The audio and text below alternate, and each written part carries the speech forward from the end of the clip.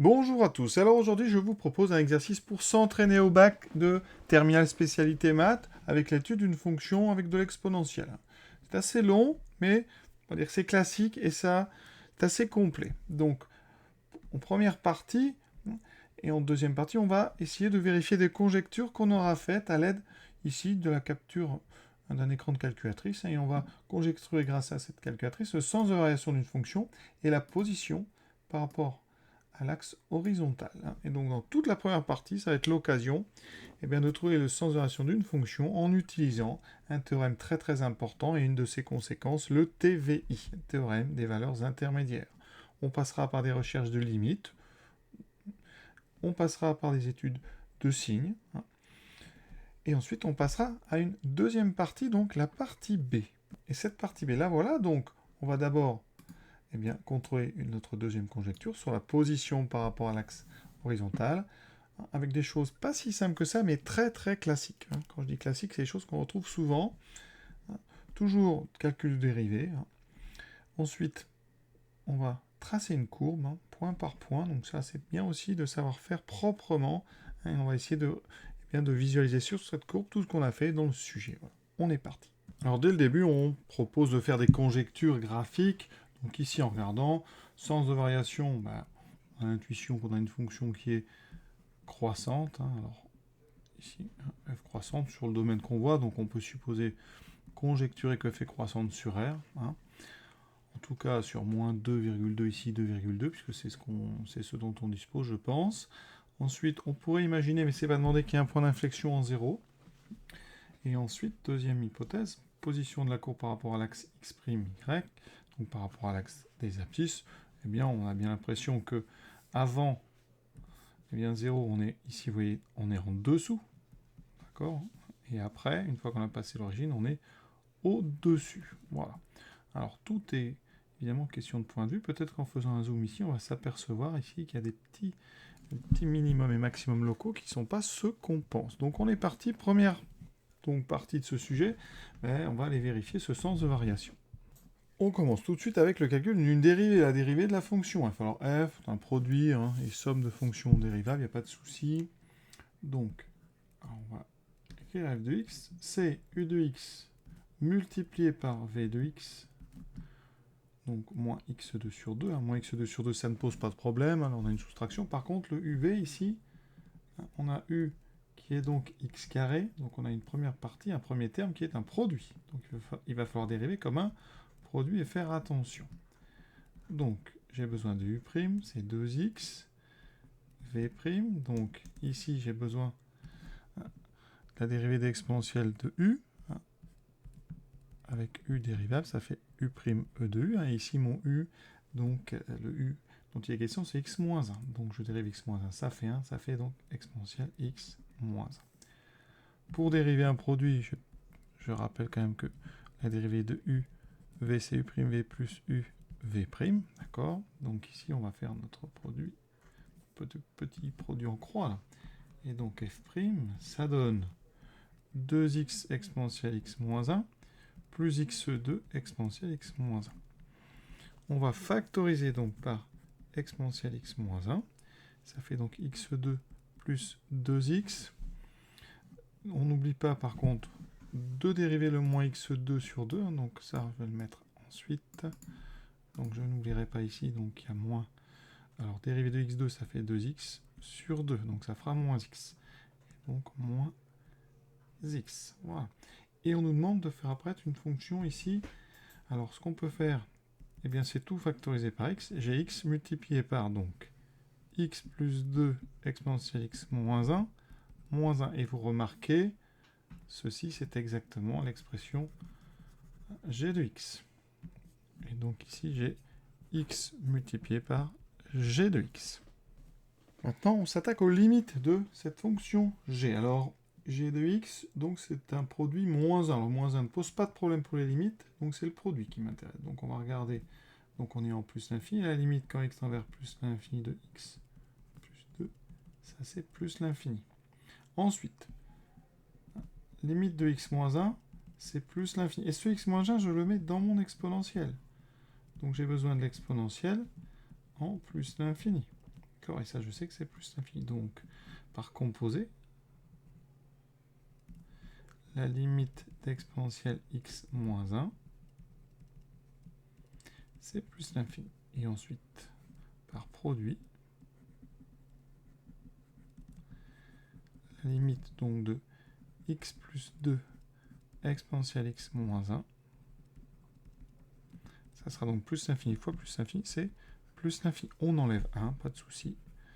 Donc la limite de f, c'est pas f ici, c'est g. Limite de g en plus l'infini, c'est plus l'infini. Deuxième limite, un petit peu plus dur, la limite en moins l'infini. Alors, g de x, ici, alors je vais le développer, ça fait x, e de x moins 1, parce que vous voyez, on nous parle de e de x moins 1, donc c'est tout intéressant de dériver, plus 2 exponentielle x moins 1, moins 1. Alors, on sait que la limite, quand x tend vers moins l'infini, de x moins 1, c'est moins l'infini. Ça, je le mets dans un exponentiel. Donc, je vais regarder l'exponentiel en moins l'infini. Exponentiel en moins l'infini, ça fait 0 comme limite. Donc, par composé, la limite d'exponentielle x moins 1 en moins l'infini, c'est donc 0.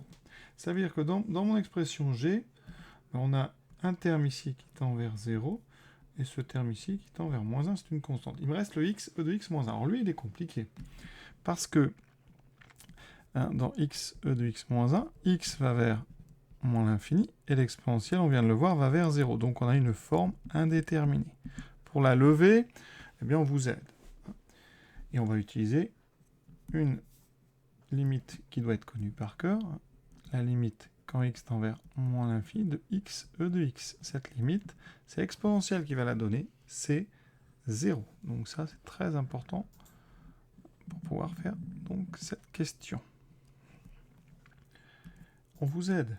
X, e de x moins 1, c'est ce moins 1 qui nous embête. On va s'en débarrasser. Les propriétés de l'exponentielle nous disent que exponentielle de a moins b, c'est exponentielle de a fois exponentielle de moins b. Donc ici, on peut séparer l'exponentielle en deux par produit. C'est pas moins x ici, c'est moins 1. Et c'est un produit ici. On sait, je viens de vous le dire, que la limite de x de x, quand x tend vers moins l'infini, c'était 0. Ça, c'est du cours. Et donc, vous multipliez par e-1. Alors, e-1, c'est une autre façon d'écrire 1 sur e. Donc, c'est un nombre positif. Donc, vous multipliez par cette petite chose qui tend vers 0. Ça veut dire que la limite de x, e de x moins 1, c'est égal à 0. Quand x tend vers moins l'infini.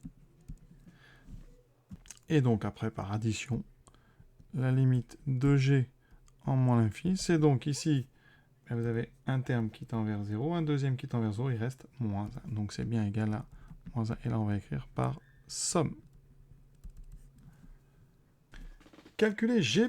Alors, encore une dérivée. Donc, g de x, c'est x plus 2 exponentielle x moins 1, moins 1. Donc, c'est un produit moins 1. Ce produit, eh bien, il est cette fois-ci, u, ça sera donc u de x, c'est x plus 2, v de x, c'est exponentielle x moins 1. Donc c'est encore un produit. J'ai rappelé la formule tout à l'heure. Donc j'ai besoin de u' et v'. Voilà, donc on va faire comme d'habitude u'v plus uv'. Ça me donne donc une dérivée qui est donc une fois donc e de x moins 1, je vais mettre une fois, plus x plus 2 exponentielle x moins 1. On factorise par exponentielle x moins 1. Il me reste donc x plus 2 plus 1, c'est-à-dire x plus 3. Donc voilà l'expression de g'. Alors, pour le signe, c'est un produit. Donc, on rappelle que pour tout x exponentielle, c'est strictement positif. Donc, ici, notre exponentielle x moins 1 est strictement positif, quel que soit x. Ça veut dire que g' est du signe de x plus 3. D'accord? Alors, je le dis, g' de x est du signe de x plus 3. Donc, x, g', il me faut juste le signe pour l'instant, dans moins l'infini, plus l'infini. Donc x plus 3, ça s'annule en moins 3. X plus 3, c'est une fonction affine croissante. Donc ici, j'ai moins 0 plus. Et voilà le signe donc de g'. Question suivante, le sens de variation de G et son tableau de variation. Donc ici, d'après ce qu'on vient de faire, je vais refaire le tableau, mais moins l'infini, moins 3, plus l'infini, G', on a dit, ici, ça s'annule, moins plus, donc G de X est d'abord décroissant, puis croissant. Donc on va, comme on nous demande le sens, on va faire une petite phrase, sur moins l'infini, moins 3, G est strictement donc croissante, et sur moins 3 plus l'infini, G est strictement, sur moins l'infini, moins 3, G est strictement décroissante, et sur moins 3 plus l'infini, G est strictement croissante. Pas dire de bêtises quand même. Donc voilà pour cette question C. Et on pense bien à compléter au maximum le tableau. Alors les limites. On a fait les limites. Ici on a trouvé moins 1, c'était donné en plus. Et ici plus l'infini. Alors G de moins 3, je vais quand même le calculer. Je remplace ici x par moins 3 plus 2, exponentielle moins 3 moins 1. Donc on a donc moins exponentielle moins 4 moins 1. Alors exponentielle moins 4, moi j'aime bien l'écrire sous la forme 1 sur 4. Ça montre que c'est un tout petit nombre. D'accord?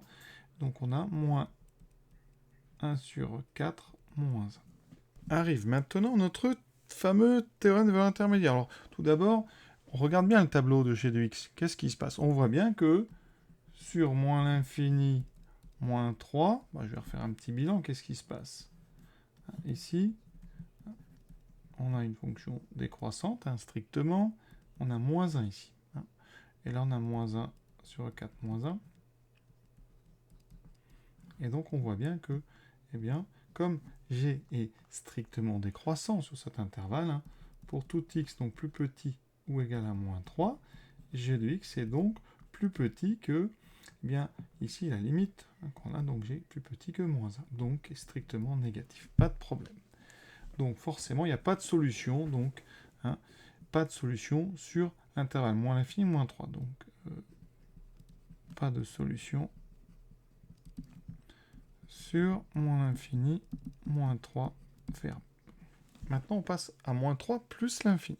Alors là, ça va être l'occasion d'utiliser le corollaire donc du TVI. Qu'est-ce qui se passe sur cet intervalle? Donc la fonction g, on a pu la dériver, elle est donc continue, car dérivable. Elle est strictement croissante, on l'a démontré. Ensuite, l'image de moins 3. On l'a trouvé, c'est strictement négatif. C'est moins 1 sur 4, moins 1. Ensuite, la limite de g en plus l'infini, c'est plus l'infini. Conséquence de tout ça, 0. G de x égale 0, c'est 0 qu'on veut atteindre. Il est bien dans l'intervalle. Ici, donc, alors on peut le fermer ou l'ouvrir, ça ne change pas grand-chose. Il est dans l'image de notre intervalle, donc moins 3 plus l'infini. Donc il est entre g de moins 3 et plus l'infini. Conclusion, c'est une valeur intermédiaire, donc corollaire ou conséquence du théorème des valeurs intermédiaires, l'équation g de x égale 0 admet sur moins 3 plus l'infini une unique solution. On va appeler alpha. Vous voyez, dans le tableau, alors je vais prendre du vert ici, on va d'un nombre négatif à plus l'infini, donc comme c'est continu, on passe forcément par 0. C'est strictement croissant, on n'y passe qu'une fois, et donc vous avez une unique solution. Bilan. Sur moins l'infini, moins 3. Pas de solution. Sur moins 3 plus l'infini, alpha est solution unique.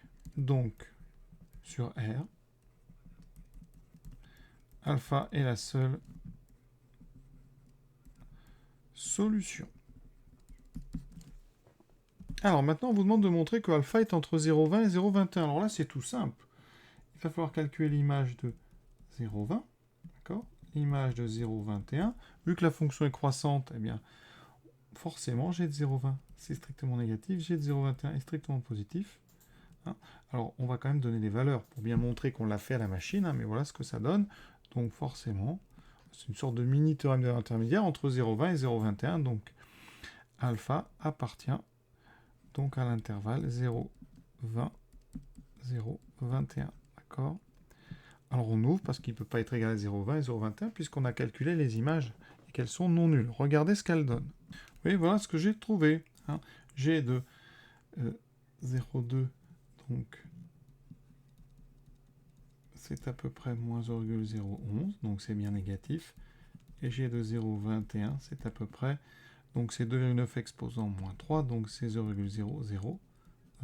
Le 2 est en troisième position après la virgule. On peut donc continuer. Alors ce signe, il est assez facile à trouver avec tout ce qu'on vient de faire. On a les variations, on a ce nombre alpha qui annule g de x, et donc vous voyez, qu'est-ce qui se passe? Alors déjà, sur moins l'infini moins 3, on savait que c'était négatif, on était plus petit que 1. Mais ici, jusqu'à alpha, on va être sur des valeurs négatives. Puisque avant alpha, ici, vous voyez, sur moins 3 alpha, alors on va le rédiger un peu, on est sur une fonction qui est strictement croissante et qui s'annule à alpha. Donc avant alpha, on est négatif. Et ici, on est positif. Alors, pour bien le rédiger, si on veut être très précis, sur moins l'infini moins 3, on a dit g de x est plus petit ou égal à moins 1. Même si c'est strictement plus petit, mais on ne va pas s'embarrasser, donc strictement négatif. Sur moins 3 alpha, qu'est-ce qui se passe? G est strictement croissante. Et G de alpha égale 0. Donc, quel que soit x, donc entre alpha et moins 3, on aura donc g de x, on a conservation de l'ordre, qui est plus petit que g de alpha, qui est ici plus petit que g de, plus grand que g de moins 3. Et donc ça nous donne g de x plus petit que g de alpha qui vaut 0. Vous voyez, donc négatif. Ensuite, en alpha, donc c'est négatif strictement pour x strictement plus petit que alpha. Et ensuite, de l'autre côté, on fait pareil. On se place donc sur alpha plus l'infini. G est strictement croissante. Donc, eh bien, si vous prenez x strictement plus grand que alpha, g de x sera strictement plus grand que g de alpha. Et donc, comme g de alpha vaut 0, vous avez montré que g est positif. Donc, strictement positif après alpha, strictement négatif avant, et s'annule en alpha. Maintenant, troisième question, on va utiliser tout ce qu'on vient de faire. Donc, on a, je vous rappelle, f'. Je rappelle que pour tout x appartenant à R, on a montré que f' c'était x fois g de x. On a le signe de g de x, on a le signe de x, on a donc le signe de f' de x. Voilà, donc ici tout de suite, on peut attaquer notre tableau. Voilà, on est sur moins l'infini plus l'infini. Ce qui va nous importer, qu'est-ce que c'est? Alors pour x, c'est alpha, c'est 0, parce que x s'annule en 0. Pour g de x, ça sera alpha qui est important, donc on va avoir ici 3 zones. On mettra le signe de x, le signe de g de x, et ensuite le produit des deux lignes nous donnera le signe de f' qui lui nous donnera les variations de f de x en fonction de x. Alors, x, ça s'annule en 0. C'est une fonction affine croissante, donc moins 0 plus plus. G de x, on a dit que ça s'annulait en alpha. Vous voyez, on a encore le signe à droite. C'est négatif avant, positif après. Et donc, plus, moins, plus, les deux zéros, ça reste des zéros. Et donc, on a une fonction L qui va être croissante, décroissante et croissante. On peut indiquer l'image de 0, donc f de 0, parce que ça se calcule facilement. Je remplace, ça fait 0 moins 0, ça fait 0. Donc ici, on a 0. Pour f de alpha, ça va être l'objet de la suite de notre sujet, donc on ne va pas en parler pour l'instant. Alors, je viens de faire coup sur coup, donc la question 3, étudier suivant les valeurs le signe de f' et le sens de variation de f. Alors, que pensez-vous de votre première conjecture? Eh bien, vous vous rappelez, on avait dit croissante, eh bien, en fait, pas du tout. Hein, il semble que, eh bien, sur ce petit écran de calculatrice, on ne voit pas tout. Ici, hein, entre, donc alpha, c'est entre 0,2 et 0,21. Par ici, on a en fait un léger passage ici, avec une petite portion où la fonction est décroissante, donc conjecture, ben vous dites donc elle était fausse, voilà, parce que notre fonction f n'est pas toujours croissante. Alors pour info, donc avant de s'arrêter ici, on fera la partie B et la partie C dans une autre vidéo, parce que ça devient un petit peu long. Donc ici, c'est la courbe de G, vous voyez bien.